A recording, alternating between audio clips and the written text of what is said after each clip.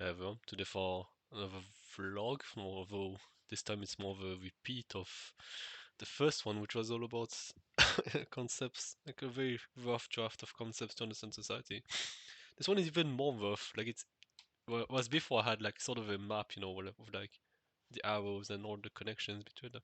This time it's just concepts that I just want to throw out there because I sort of want to move on from thinking so much about society. Like I just kind of tired of that. I've been making a huge clean in my bookmarks and all of my YouTube stuff because I'm so tired of it. I just want to focus on myself these days. So just want to make this video just throw the things that were sort of my mind and on my notes, and maybe I will come back to those. I don't know. It's a very rough. I'm just gonna like, it's almost like bullet points, concepts I've been thinking about. So, but there's some connections still that emerge because obviously it's all kind of related. Right? So let's get into it. The first point that something that you didn't even mention is kind of surprising because I cannot mention it like implicitly, but I think it's worth making it explicit. Is that society is sort of the world of shadows in Plato's Allegory of the Cave. That is. So, I think everyone kind of knows Plato's Allegory of the Cave, but I think the worst thing about it's not really a inherent flaw of the allegory, it's more about how the way it's presented. I think the worst thing about this allegory is that when you hear it, it doesn't occur to you that it can apply to literally your entire life. That, literally your entire life within society can be the world of shadows. And I would say that it's actually quite accurate.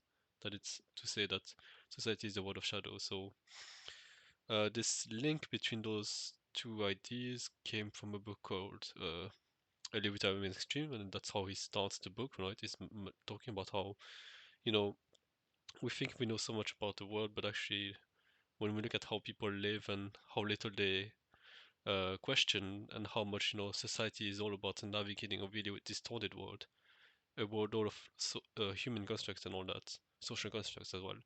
Like it's really crazy how out of touch with reality we are, It's I would completely agree with that beginning. Like the reason why he calls society the world of shadows, Jacob Lone Fisker, so the author of Early Retirement Extreme, is because you can be very good at navigating the world of society, but that doesn't make you good at good at engaging with reality, right? So it doesn't make you good at thinking or feeling or being with yourself or creating stuff on your own or yeah, just basically just it just makes you very reliant on the world of society when you live in it within it. In the modern world, like getting your needs done is always a task that requires like 10 intermediate reactors. So if you want to eat, you have to get in your car, which your car was manufactured by someone else. You have to like get on the road, then you have to get in the supermarket, which is run by someone else, and the supermarket is buying products from someone else that you have no idea who those are. And those people who make the foods are either like in a completely far away or like they're farmers and you have no idea how they grow their food and so on and so forth. Like there's so many things we don't understand about like basic stuff, like basic human survival stuff nowadays because we're so disconnected from it. And so someone can do very well within society, um, but actually the only reason they do well is because they're good at navigating society. They're not good at navigating reality.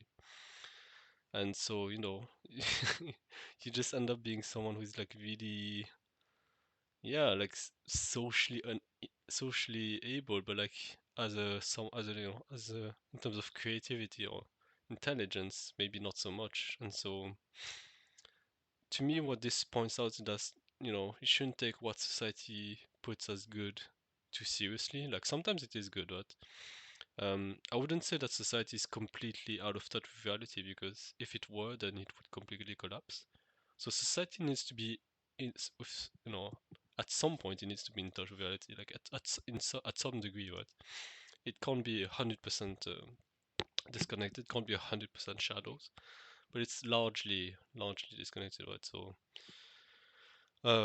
like the chase of status, the chase of fame, like people buying things they never question, and so they just have their complete priorities decided by the market and all that. So it's quite a crazy thing. Like I think I could definitely make an entire vlog all about this, and I probably would need a lot of examples to really hammer down the point. But basically, the only things that we are born within society, and so it's very hard for us to exit the frame. But once you kind of sort of exit the frame, a lot of it doesn't really make sense. Like why do we accord so much importance to how to say credentials and not the actual learning, right? Well, I guess it's kind of a have I written it somewhere here? Maybe not explicitly, but it's related to the fact that it's easy to measure, right? And that's a huge thing about society is the ability to measure, but not so much the actual substance of it. Yeah, like it's so crazy, like the whole game of status and how you put yourself. It's so, you know, I think it's really interesting. Like, Plato's Allegory of the Cave is saying that we sort of like live in the world of shadows. And nowadays, I wouldn't say it's so much the world of shadows, but it's more like the world of screens, right? So there's this same idea of 2D, like the 3D world being projected on 2D in the case of shadows, and that's also the case of screens, I would say, right? Because screens are obviously flat, and so yeah, it's just it's kind of interesting, right, to think about the parallel between the shadow and the screens that we have nowadays, and we spend so much of our time in front of screens, obviously. So yeah, it's something to think about. So sort of the other good, really important point that I would add to what I said in the first video is that marketing and mimetism um, are the greatest forces in society. They dictate what's popular. It's not truth, right? So I talked in the previous one mostly about power equals survival and how power is not the same thing as truth. But there's something even kind of different than just power, plain power. I guess it's another form of power, but it's just how those two things, marketing and mimetism, they dominate the ideas that we're exposed to. So mimetism is simply, copying, doing what other people around you do, saying what they think, just basically just copying, right? Mimetism as in a mime, right? That copies. And so what I notice is that the people around me, they it's pretty crazy to see that because but the way most people live is basically just by copying other people and sort of changing a few things, or like someone tells you, or someone is like close to you and he lives a life that you think is really good, and so you sort of do the same thing. It's sort of why like doctors, like parents who are doctors, they sort of usually have children who also are doctors. Like I think that's a big reason why.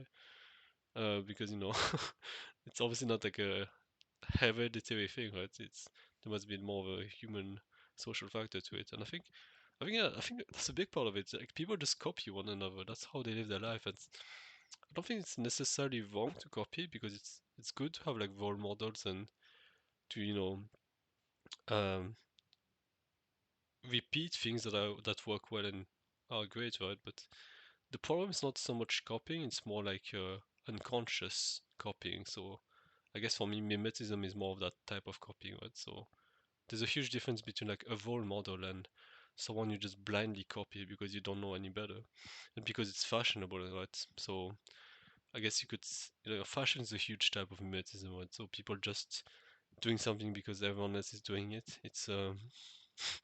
It's rather crazy when you see it, right? Like in video game culture, you see it really a lot. Like people, like a new video game comes out and like people are like, oh my god, this is the best video game of all time, and everyone's like fucking rushing to it and talking about it as if it's the most important thing in life. And it's rather silly when you look at it from outside, like how much the opinion of people changes based on like a few things. Like it doesn't take much for people to like just for the whole wave to move to a certain direction. If that makes sense. And so marketing is the other like greatest force of society where the ideas that do well are the ideas that have been marketed, right? So why do so many people eat cereals? Is it because there's something inherent about humans that they need cereals in the morning, like at breakfast? Well, clearly no, right? It's not because cereals are like the most energy efficient or like the best thing to eat in breakfast. because most cereals are just sugary crap. The reason why people eat cereal is simply because of marketing. It's as simple as that, in my opinion. I don't think there's anything deeper than that. Marketing campaigns are incredibly effective, especially when people like don't question them. Like when something innocent, people are very unlikely to question those, right? Because I wouldn't say like it's completely innocent to what you eat, especially when, but it's not like the most important thing in your life either. I would agree, but at the same time, I feel like it's very telling how a lot of people just end up doing the same thing. Like it's not a coincidence that like it's not a coincidence that like everyone goes to see the same movies and everyone goes like watches the same videos and talks about the same things and all that. Like it's not a coincidence. Like what is discussed is really like a conscious decision. Like how to say what is popular is really a conscious decision of what people decide to interact with. It's usually because it's designed to be popular, right? So a key idea when you think about like how ideas spread, which is the study of memetics, studying how ideas spread, it's to realize that the ideas that do the best are the ones that are designed to spread. In other words, ideas that are true or useful, they don't necessarily do well. Whereas ideas that appeal to people, that tell them, what they want to hear, not what is real, or that tell them, that sort of give them an illusion of uh, easy results and so on, right? So what people want to hear, basically, those tend to do really well. And yeah, it's pretty crazy. Like, you know, another thing to add is that the ideas that do well are the ones that can make money because obviously marketing is a business. It's a huge business, and um, it's always about making money. It's really about things that are still important to us, but that can't really be measured, which is kind of related to this one. So it's so quantitative over qualitative. And there was something kind of wanted to mention, but I kind of forgot. But the crazy thing about all of this is that it doesn't really seem to be human driven, right? Like the forces of marketing and mimetism, even though they require humans to like spread and interact, right? So like there obviously needs to be someone who um, create the marketing campaigns. I guess yeah. I guess one thing I wanted to say is that the thing about marketing is that it creates desires that people never had. So the idea that people buy what they want is complete bullshit. People buy uh, buy what they've been programmed to want. Usually, in my opinion, like that has a far bigger pull than what people genuinely want. So yeah, the idea that the idea that we just give people what they want and that's what the economy is based on is complete bullshit because marketing allows you to create needs. Addictions allow you to keep people uh, asking for something, right? Even though it doesn't help them. So for me, it's complete bullshit. The idea that people buy things and that's a sign that they enjoy it, that that's what they want. It's complete bullshit for me. But yeah, to come back on like the small point, it's pretty crazy about marketing and mimetism is that they are not really human driven. Um, they just seem like forces of ideas, like how ideas spread and how ideas survive, basically. And that's pretty scary because our entire human society is dominated by something that's basically not human. Like, it's not human consciousness that creates those things. And yeah, it's pretty fucking weird. Pretty fucking weird. Again, each point has some of these points have a lot behind them, but I don't want to get too much in depth. But for sure, there are many examples I could have come up, and I'm pretty bad at coming up with examples on the fly. So moving on, the linearization of everything. So what I noticed is that a lot of fields have become linearized. Like the for me, linearization is about like turning a complex multi-dimensional thing into like a simple, A is better than B, or this this this field or this complex system. It's all about one thing, right? So that you can just draw a straight line from your current situation to what you would need to do. So, for example, you take something like science, right, which is all about exploring a complex world with our human understanding, and you turn it into um, maximize the number of publications per year.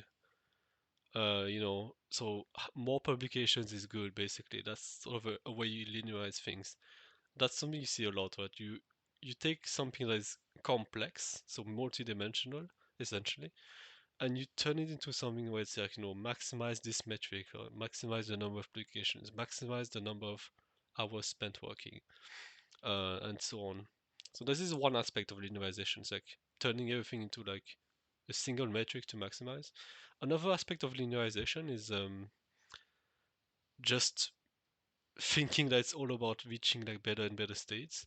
So like for example, spirituality, some of the people, the way they talk about spirituality, it basically seems like they're just talking about like reaching higher and higher states, but like what does higher even mean, first of all, right? But it all seems like they're always talking about reaching higher and going like above your human and all that. And it's very similar to like the obsession that I talked about in last video.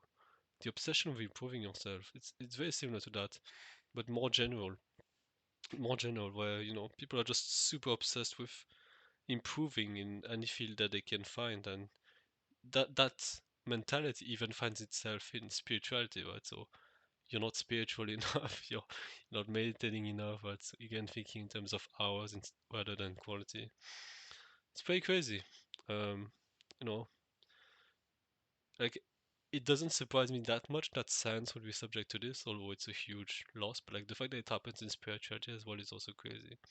You see that in drawing as well, right? Low. So even though art is incredibly complex and personal and all that, people still feel the need to like linearize art. So art is all about learning the fundamentals and then spending a lot of hours, for example. Or art is all about how to say, like people start comparing artists, like is better than B. But like they say it as if it's not like a personal assessment, but they say it as if it's like a straight linear thing. It's pretty crazy. Um, Relationships as well, like seeing relationships as like moving from one thing to a better thing. Like first you kiss and then you start touching one another and you go on dates and then you start having sex and then you start living together and all that. So this very linear idea of what a relationship is, and it's the same thing with life, right? Like people always talk about like feeling behind, but like what does that even mean to be behind? Like how can you be behind in a non-linear thing? But underlying all that's probably because there's a linearization of life and something that I mentioned, the society's clock in the last log. So yeah, that's the linearization of everything. It's very sneaky. Sometimes it's not sneaky at all, actually. Like sometimes people are just so obsessed with like constantly improving, and it's rather obvious. But it can be quite sneaky. Right? So moving on to another note, the myth of progress, a term that I've heard by John Michael Gray, yeah, mainly. He writes about collapse, and he has many great interviews on YouTube. Um, I'm sure he didn't invent the term. He's someone who reads a lot, so yeah, I'm sure he borrowed it from someone else, maybe. But the myth of progress is basically that um, history, it's basically that human history has been one of constantly getting better, and especially in the last decades, where not only is technology getting better, but our quality of life is straight up getting better. So it's this idea that with technological progress, and it's quite clear that there's a general trend of technological progress going upwards. It's a general trend, but it is also kind of worth noting that collapse is also part of it, but people cannot tend to ignore it. But that's besides the point. Actually, I guess that's a pretty important point to mention. But for now, let's just say that technological progress is a clear positive trend. Well, the myth of progress is going further than that and saying that, well, actually, quality of life is simply increasing based on this technological progress, and that, humans are just living an amazing life, and that people were before us were completely miserable, that things are just getting better and better, and that will keep getting better forever. So I guess there are two elements to what I've just said that are worth highlighting. The first one is that this idea of like constant positive trend, right? That things just get better and they never get worse, which is clearly false if you look at history. Like collapse is a completely like it happened at basically every era, main era of his main human history, and there's no reason why it wouldn't apply to our current one. There are many great books written about collapse, and the collapse of complex society is a book I would have read it if I was more interested in thinking about society, but I'm not so much these days. But it looks like a very interesting book, and it looks like a very expansive book as well. Like it has a lot to say about collapse, more than just it happened before, therefore it will happen again. It seems to be a very thorough study. But so the first idea of the myth of progress is that things will just get better forever, which is not true. Um, or at least it's questionable. Let's just be generous and say it's questionable. But the second one is that this idea that like life just gets better with technological progress, which to me is highly, highly questionable, and I would completely disagree.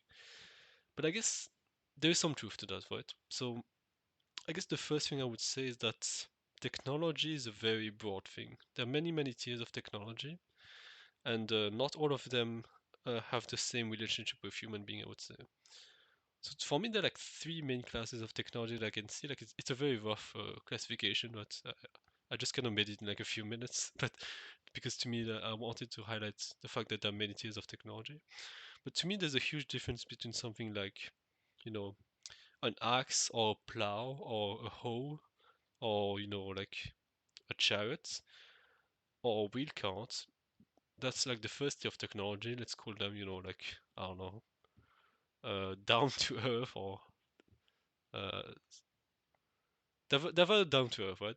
The second one is like industrial age technology, where we have the steam engine and we have all the derivatives and all that, and like the engines and the motors, and that's why we have factories and all that, and so that's when the power level of technology got significantly higher, right? And I would still put something like a car within that, so it's more of like industrial age technologies, let's call that.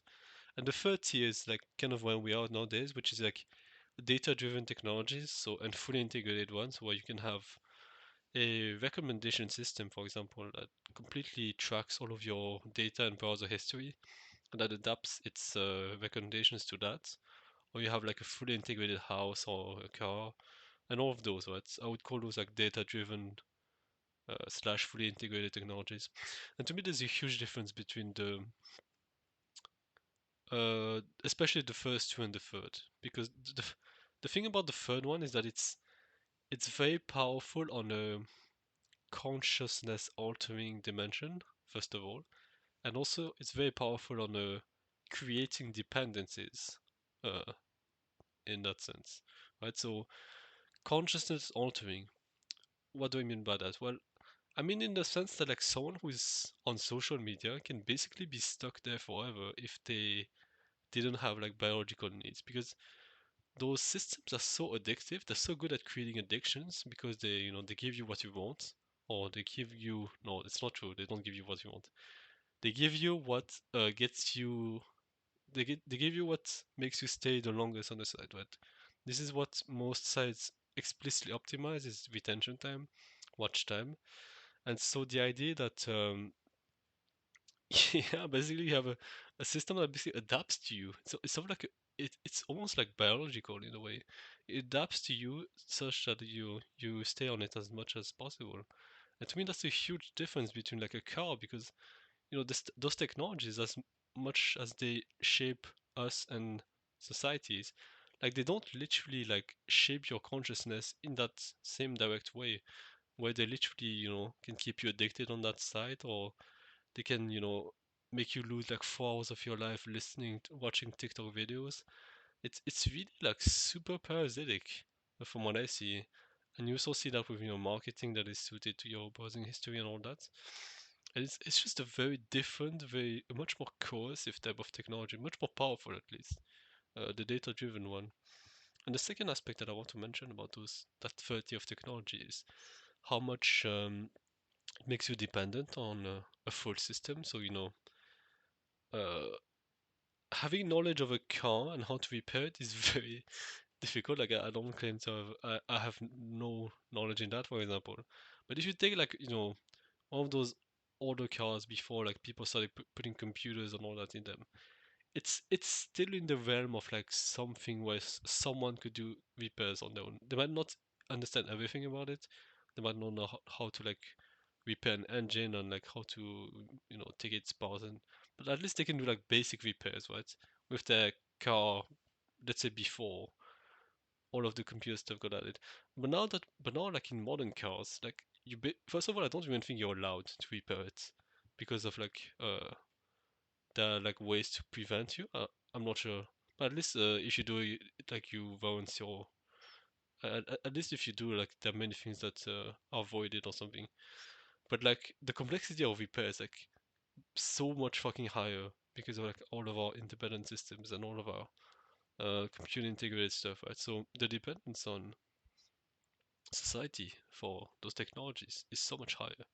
That to me that makes a huge difference because we can't just assume that individuals want to be in society because I don't know in our current situation is not so much the case, and so when you have a society that makes people dependent on it, suddenly you have a very parasitic type of society where people are completely dependent on technologies that they don't understand in order to live, right? So like how many people actually understand how a computer works?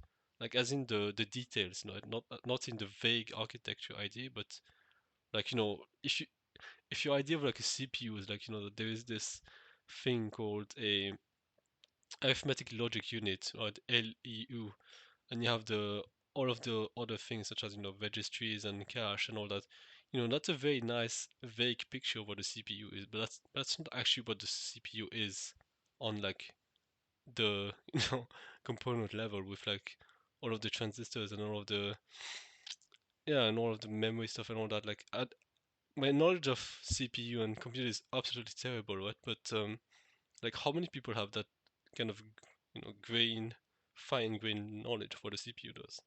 I would be willing to say that it's probably less than 1 in 1,000 person has a knowledge of that, or at least it's definitely less than 1% or like less than 0.5%. It's really really low, and yet everyone in society depends on computers and all that. So it's something very questionable. And so, okay, this was a huge point about 3 tiers of technology and how the third one is very different from the first two. And the reason why I say that is because the myth of progress claims that technology just increases quality of life. But to me, this is not true if you look at it in terms of tiers of technology. Um, the first one definitely improved our lives. It made survival so much easier and actually like possible. Like I'm not even sure if we can survive without tools. But regardless, it certainly made survival a lot better. The second one, it's questionable, but like the, has the industrial revolution really increased our life, increased quality of life? Like that Kaczynski wouldn't say so, for example. But okay, whatever. It's more questionable, right?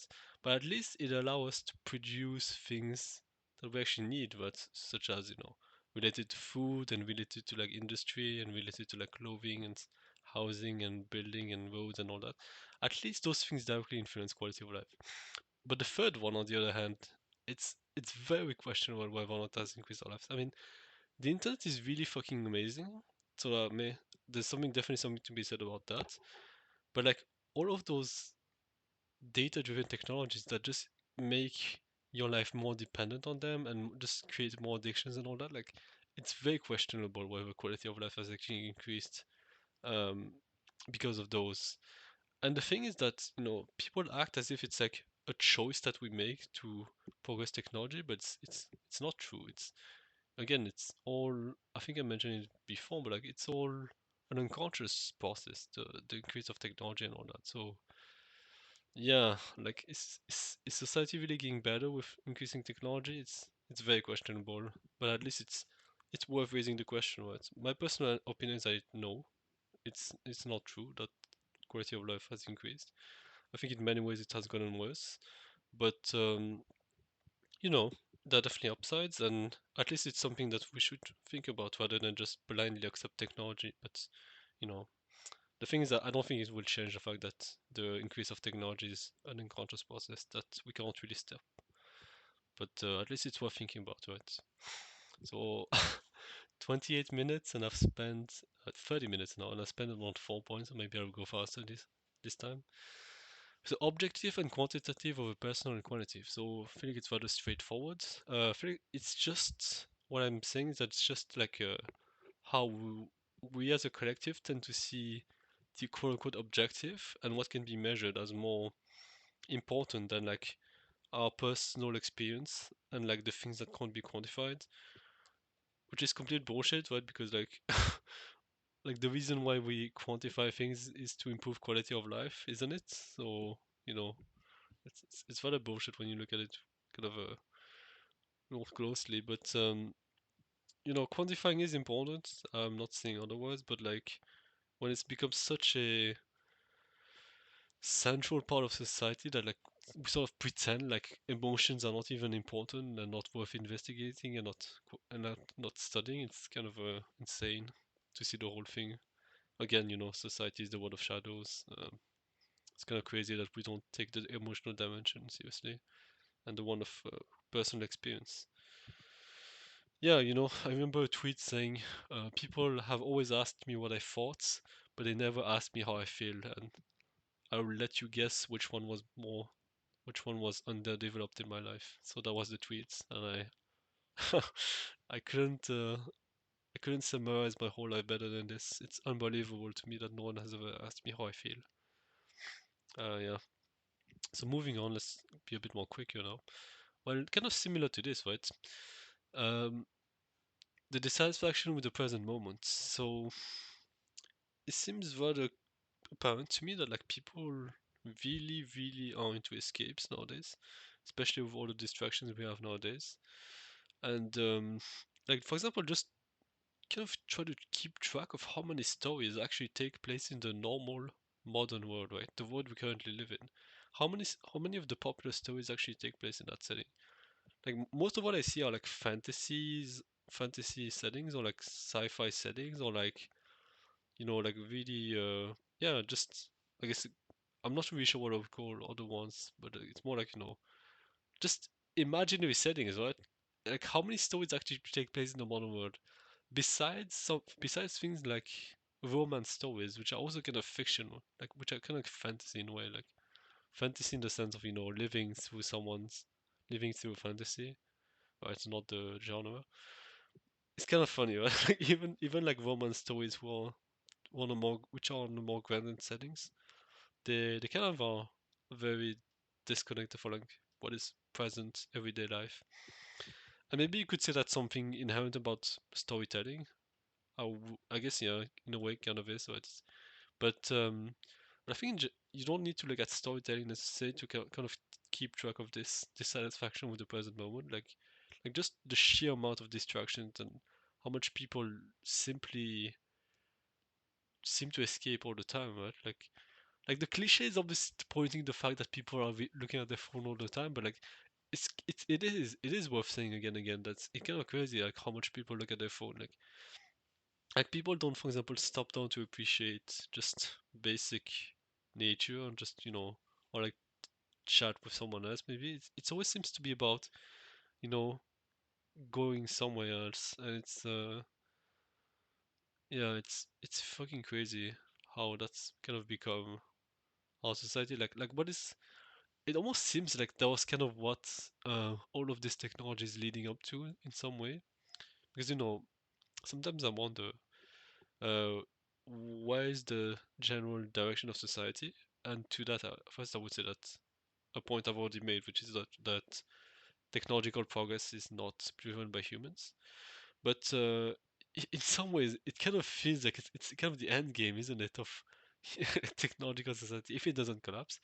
It kind of feels like it's the planned end game, so to speak. Or it's not planned by us humans, but like it almost seems like it's all about more entertainment, more about pleasure, more hedonism, and like less dealing with reality, right? Less having to do hard things. Um, which is kind of crazy because you know I'm not sure I agree with this idea that like we should just try to make life as simple as easy as possible because I'm not even sure there's such a thing as that as life being easy. Then again, I don't think life is you know supposed to be hard. I don't think life is supposed to be complicated either. I would say that life is simple, but I don't think life is easy in any way. But at the same time, I don't think life is hard because usually we're the ones who make it hard, right?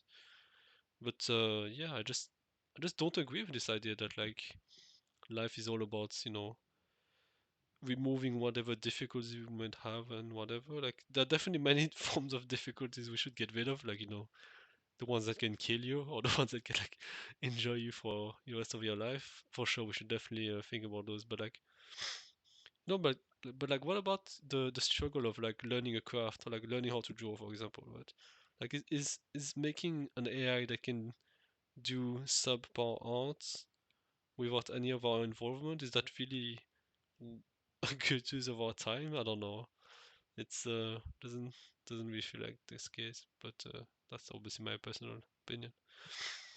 So sort of wrap this whole part and now expanding on those two last points of this part. Escape in appearance versus real exit. So if society is the world of shadows and someone sort of, realizes this or like is general or is just generally dissatisfied with society.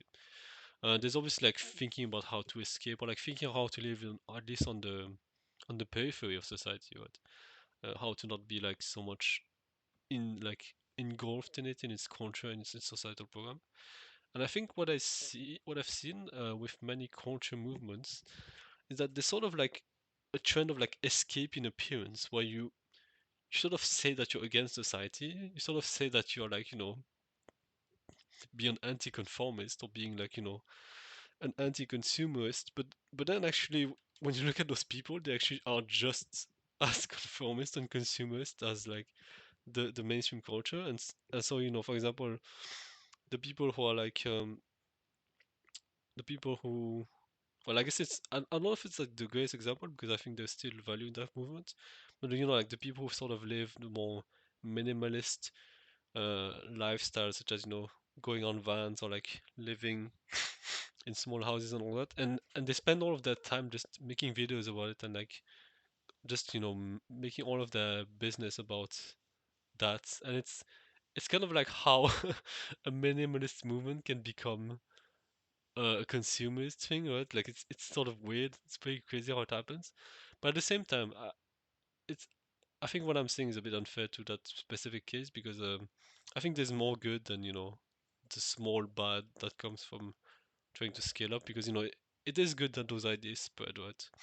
But there's always like two sides of the coin when it comes to like ideas being more popular. The first one is that there are more people who get access to those ideas, which is great. The second aspect, like the more negative aspect, is that when an idea becomes so popular, it becomes diluted in the like how to say in the noise of it all, and it also becomes sort of trivialized. I've seen that idea thrown out, which is the idea like when ideas become popular, you become so used to them that you don't even take them as like as how as like important or powerful or worth paying attention to. It sort of becomes something you tune out. The same way that when you have the radio constantly going, just stop paying attention to the radio and you don't even are conscious that there's something being said. Like to you, it just becomes noise, right? So it's kind of like that.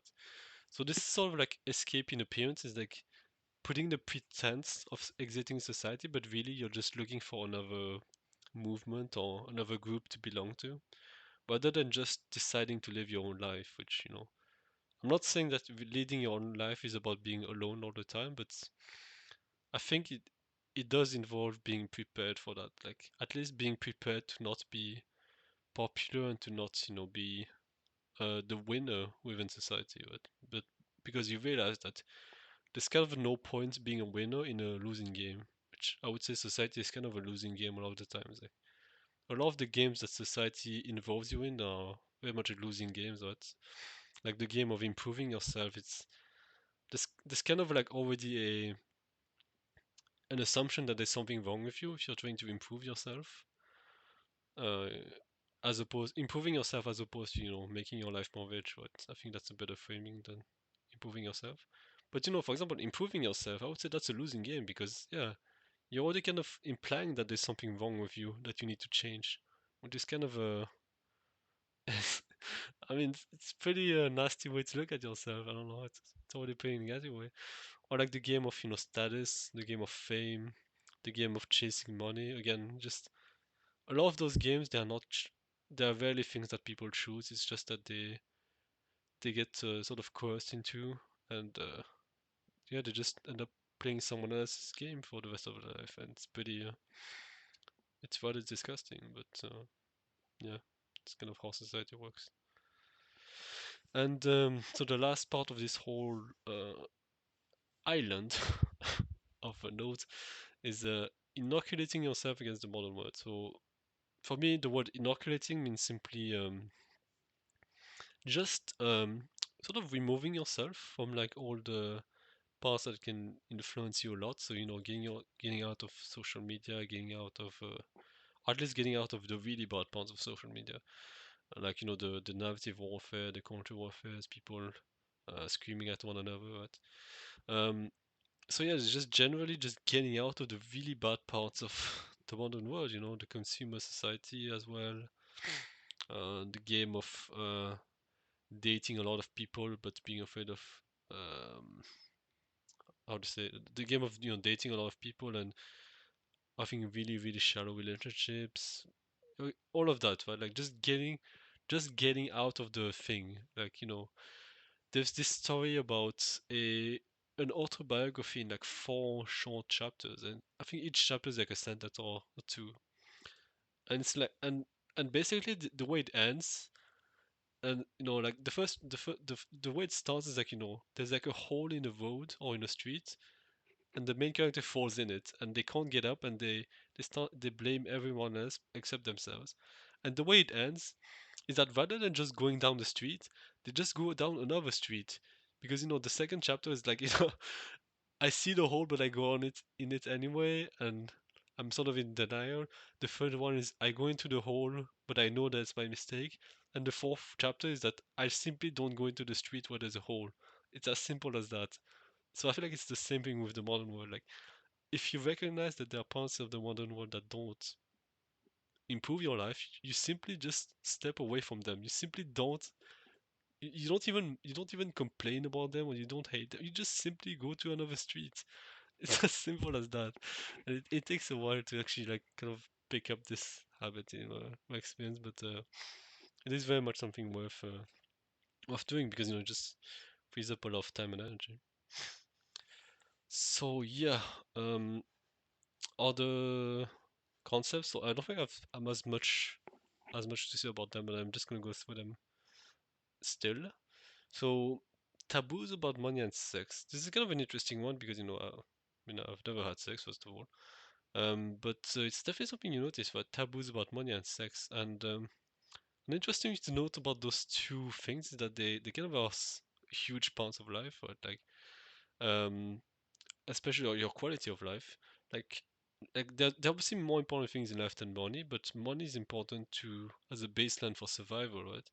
And so and sex is very it's a very pleasurable thing, right? And it, it can be a pretty big source of misery when it's not like properly, done and communicated and all that. And I feel like what these taboos about money and sex create is that they basically just create a culture where it's okay to be sort of miserable with your job, miserable with your sexual life and all that. And it's pretty weird, right? Like this form of like normalized misery that we live in, well, it's just okay to complain about your job all the time, and y- people don't really spend time on how to improve it, or how to find like a better job and all that. And I feel like those taboos definitely like enforce that, like that is reinforce that rather. Uh, yeah, but I wonder like if there are other forms of like taboo such as those that reinforce a negative pattern as well. But s- those two are the biggest ones that I can see. So the atomization of individuals, I'm not sure why I put this out there. I don't think there's any link between the two. So the atomization of individuals is simply the fact that, we are sort of more isolated than we used to. The fact that yeah, it is worth mentioning. Hyper specialization is very much related to that. So hyper specialization is like specialization but taken to like to the extreme, right? So the fact that people just now they just study one subfield of a field, and when they get into the job market, they only get good at like a few things and all and so on. And that definitely plays into the whole atomization of individuals because suddenly like your shared context with the other people around you is very low. Your shared context with your the people close to your life, right? So your family and your friends and all that. That is also quite low because you can't even talk about like you can barely like talk about work and all that, and because so much of your time is spent at a company that is very likely far away from your home.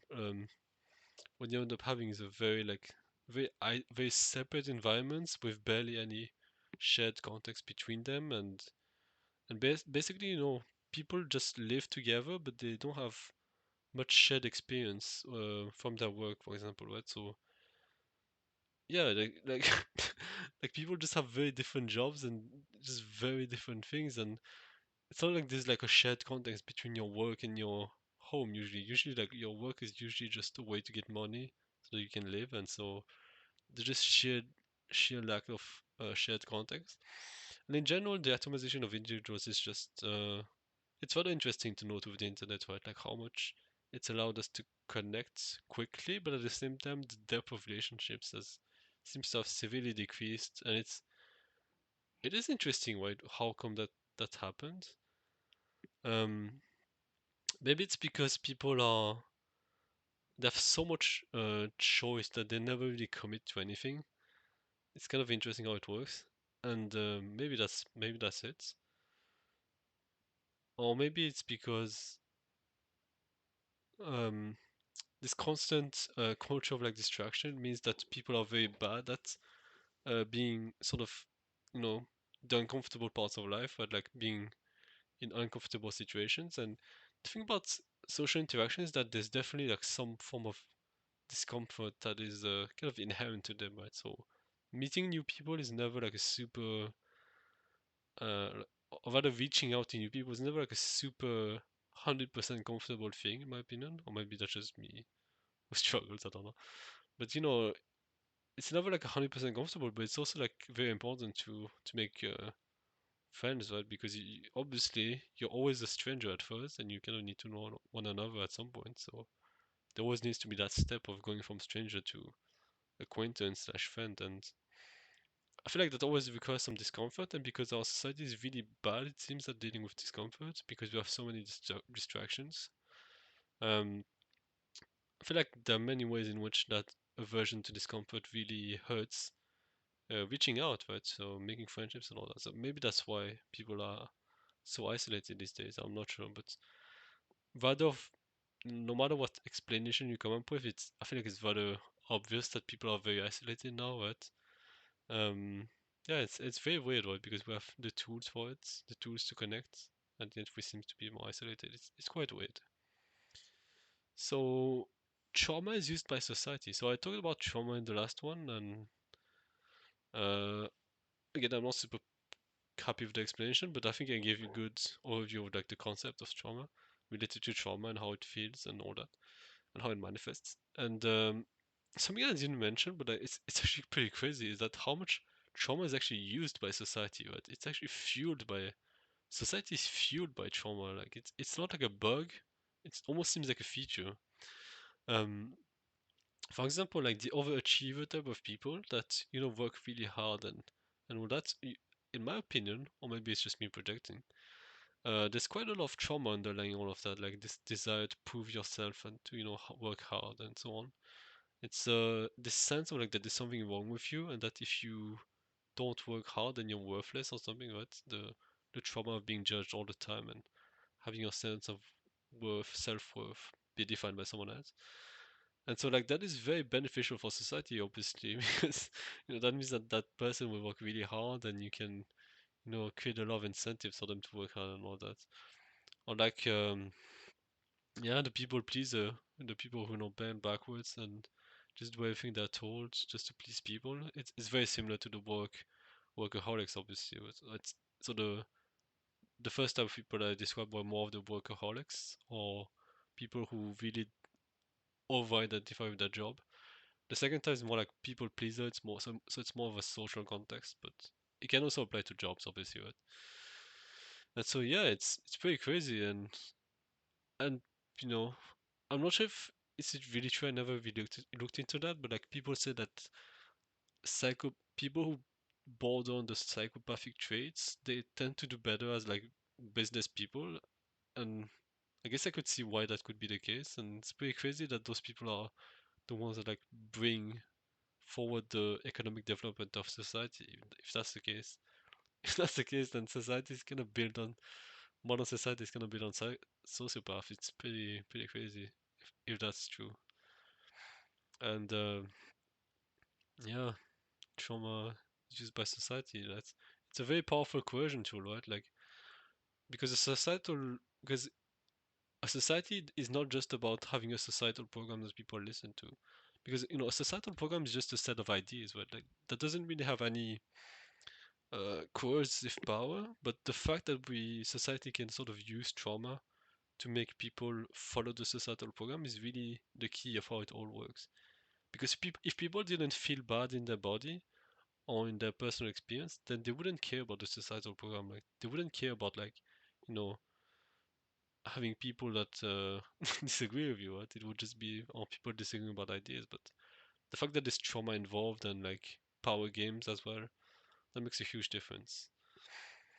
So moving on, the death of play. So I talked about the disenchantment of life. The death of play is kind of similar, but it's more of like a literal thing where for example, children learn the value of playing, and as it turns out, playing is very important for learning, right? And if you observe children how they learn a lot by playing, and if not playing, then at least being playful, right? Not being so serious all the time, and just exploring and being curious.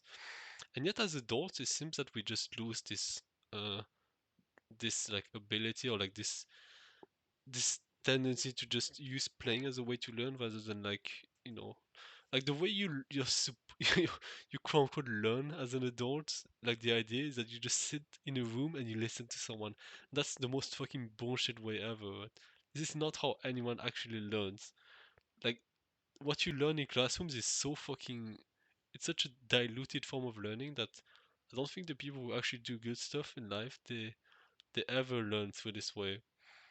In my experience, learning is it's 100% a personal experience, but it can be facilitated by other people, right? So a good teacher can explain you something better, but for you to understand, you still need to put in the work and to actually care about it, right? So it's a personal experience, but it can be facilitated by other people.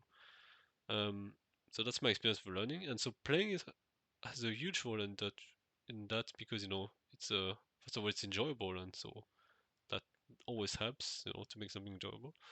But also like play has this explorative quality that like a classroom doesn't have because a classroom is all about a defined boundary, a defined material, a defined textbook, and all that.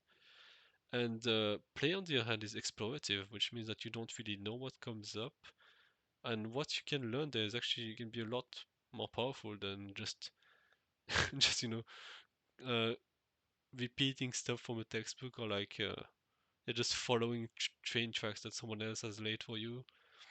It's also a lot more enjoyable, right? Like it's really crazy that play is only seen as a child thing and not as an adult thing.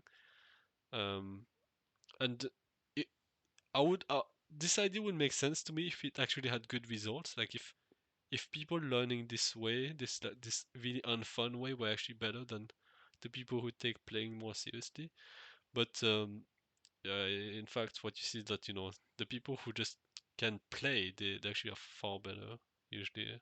I would say at least the best ones they usually are good at it. Play or slash exploration, right? So they're kind of the similar thing, but yeah, and it's really it almost seems like the whole vibe of things being gray and things being cynical or boring, it almost seems like people take it as a virtue, right? Like that somehow makes you a more adult person if you're able to live this way. If you're able to be miserable, then you're clearly more mature than someone who can be happy.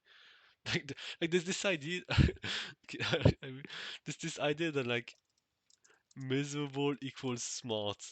That like that like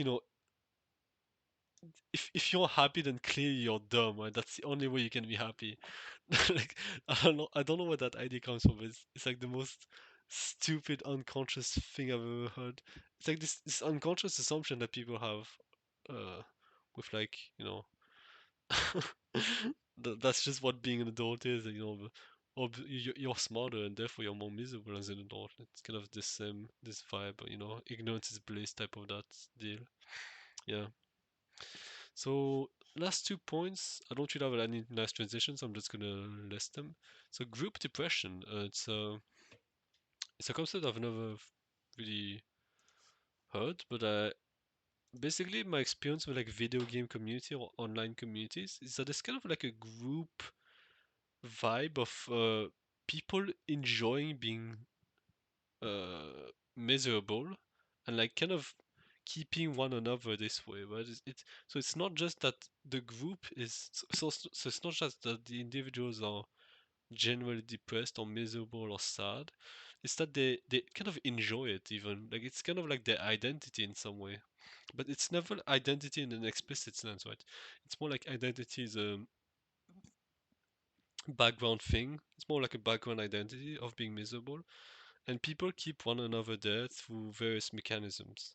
And it is worth noting that it's completely unconscious, right? So no group would ever acknowledge that there's a group depression going on, but I've seen that in many video game communities where the people just seem to make fun of themselves for being like losers. That's how they would see themselves, right?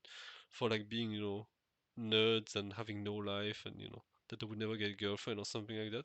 Like there's just this background making fun of themselves, and you can kind of tell that it's not really joking in some ways. It feels like there's definitely some truth to that like self-deprecation, in the sense that not that the self-deprecation is real, but in the sense that they really do seem to hate themselves, right? Like in the sense that it's not necessarily that they would never like get a girlfriend, but it's more like the self-hate that leads them to think that is real. So this is what I would call group depression. It's just when a group sort of builds around a core of hating themselves or being depressed or something similar. And it's I don't know, I don't know if it's true. I don't know if it's like super true. Maybe it's just me projecting again, but like I feel like many of the online communities have sort of that, especially the video game communities. And I would, if this idea resonates with you, I would highly encourage you to just get away from those communities. Again, the best way to not fall in the hole is to not go to walk the street that contains the hole. Right? So just don't walk into the hole by not walking to the street. Yeah. And so last point is it's more of a theoretical one, or more of a highly general point about society.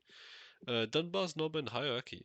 So Dunbar's number is like it's not really a number, but it's more like a range of like it's between like I don't know, the range of like 150 200, and it's the number of people that you can basically keep track of. Have a very like complete model of in your head. So you can have around 100 people, and it's not just the number of people that you can understand and keep track of in your head. It's also like all of the relationships between all of those 150 people, right? So when you have 150 people, the number of relationships between them is huge, right? It's 150 choose 2, so that's 150 times 149 divided by 2. That's a huge number, right? So it's not surprising because of the combinatorial nature of the number of relationships that you can't hold that many people in your head and all of their relationships. So that's around Dunbar's number, right? So I can understand a group of around 150 people is sort of a way to summarize it, and all of their relationships. So this is the scale of very local things, right? So small tribe, even villages tend to get bigger than that. So it's very small. And so, from my understanding, the main way of scaling up society groups, human collectives above Dunbar's number is through hierarchies. So deciding that some people are more important than others and letting those people decide for everyone else. Because you know, when you're in a small group, you can just like ask everyone else. Like you can just ask everyone and you can sort of come to a decision this way, right? When you're in a massive group, like let's say 1,000 people, or like even 1,000,000 people, right? When it's a 1,000 people, then just hearing everyone is already barely. It doesn't even sound possible because that's a lot of people first of all, and so that's a lot of opinions to listen to, and like, yeah, at this scale, it's very hard for me to see what could happen besides a hierarchy. The other form of collective organization would be more of like I guess more of like a network type of thing, right? More like a similar to like how a free market can regulate itself based on feedback loops. At least that's the theory, right? But it's more based on feedback loops, for example. So that could be another form of organization, but it seems rather difficult to set up. But the main form of organization throughout history seems to have mainly been hierarchies, right? So a few people on the top who decide for everyone else. And the problem that you see in society is that the ones who are at the top, they are consistently disconnected from the reality of the people at the bottom. And I don't think it's a coincidence. I don't think it's just that um, the ones at the top are corrupt and all that, or are dumb. Well, they are corrupt. But, it is worth mentioning that corruption is systematic or systemic. Corruption is systemic, so there's very likely a good reason why people are corrupt because either because they have to be corrupt in order to keep their power against other people who would be willing to be corrupt as well, right? So if you don't become corrupt, then someone else will, and they will be more powerful than you, and so on. Right? So that's sort of like a prisoner's dilemma. Maybe not prisoner's dilemma, but like more like a. Well, I guess yeah, it's kind of similar, but whatever. So yeah, just people at the top are consistently disconnected from the ones at the bottom, and corruption is seems to be a systemic thing. And so, yeah, what you see is that basically the vast majority of society seems to be really just getting screwed by the system, which is kind of crazy, right? Because the vast majority of society is not at the top by the very definition of a hierarchy, and yet this seems to be the way that has been the most popular or like the most viable slash powerful way to scale beyond the numbers number range of how to organize, right? And it's crazy about how consistently the ones at the top are disconnected from the reality on the bottom, and it's very likely because because of systemic reasons, right? It's very likely because there is an incentive to be disconnected from the ones at the bottom, right? Because like it's very easy to be powerful and to just abuse your power and to just keep doing that when you don't have to pay attention to all of the harms you're causing. And so it's like it's one of those things that it's good for you but bad for people. But the problem is that when you're at the top, your ability to influence the world is so much more important than the ones at the top. And it's yeah, it's pretty crazy. It's like it's pretty crazy. Like the people who actually are able to change, i.e., the ones who are at the top, they have the there's like all of this corruption, all of the corrupting forces, and like all of this ignorance through incentives, basically. It seems. And yeah, and also like even if you had really good intention and you were at the top of a hierarchy, like there's just a simply really difficult problem of understanding what the fuck people are doing and down there. Because your Dunbar's number shows that your bandwidth capacity as a human is just very limited, right? So obviously the fact that there is a hierarchy to deal with Dunbar's number means that you can't understand everything else that is below you. Right? Like you might understand what the people below you in your company do, but like, do you understand what the other companies you need to interact with to get your product to do? Do you understand all of the implications in this massively globalized economy? It's obviously impossible, right? So I feel like even if there was such a thing as a very benevolent uh, person who was at the top, and which is hard for me to imagine because corruption seems to be so systemic, like there are incentives to be corrupt. Um, it's just yeah, it's just clusterfuck. Like it's so difficult. Like it doesn't even seem possible, honestly. Right? That's probably why you know a lot of propositions on how to solve societal problems seems to be about like overthrowing hierarchies. But the problem is always that what do we replace the hierarchy with? Like it's yeah, it's always this question of like because really how do you scale human coordination beyond a few dozen people when you don't have a hierarchy? It's a huge problem, right? And a lot of people obviously have a lot of things to say. I don't really study enough to give any good answer, but it is a very hard question, right? It is something worth observing. Like one of the problems related to hierarchies and just the difficulty of coordination, right? Like, bro, if if you ever had to be the leader in a school project, like a school work project, you know how fucking hard it is to coordinate people. Even coordinating like two or three people is difficult, right? Let alone, let alone like a company of like 300 people, or let alone a country of millions of people. It's fucking insane. Yeah. So I complain about society, but I think the root issue is really that human organization is incredibly difficult, and we haven't figured it out at all. Human society is rather recent in terms of evolutionary times. Like it's not like we are that different. We are not different at all, in fact, biologically speaking, from our ancestors. So you know, I feel like we shouldn't get too cocky at how quote unquote intelligent we are.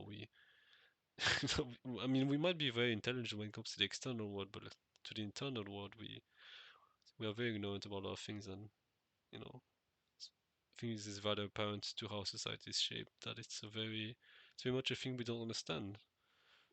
So many people who are miserable and who suffer. I wouldn't consider myself such a person, but I wouldn't say that I suffer. Although, you know, I'm unhappy in many ways with regards to society. But yeah, so I think that's about everything I had to say. Just yeah, just many points that I wasn't able to talk. Obviously, it would be nice if I could all incorporate it to the same map, but couldn't be bothered. It's I just want to move into to something else. Um, I don't want to talk about society. I just want to right now. I just want to chill and enjoy my life. And maybe I'll come back to it at some point, but not for now. So yeah, this was a 1 hour and 7 minute vlog. Pretty long, but there's a lot of things to say about society. But yeah, thank you for listening. If you made it this far, and I'll see you next time.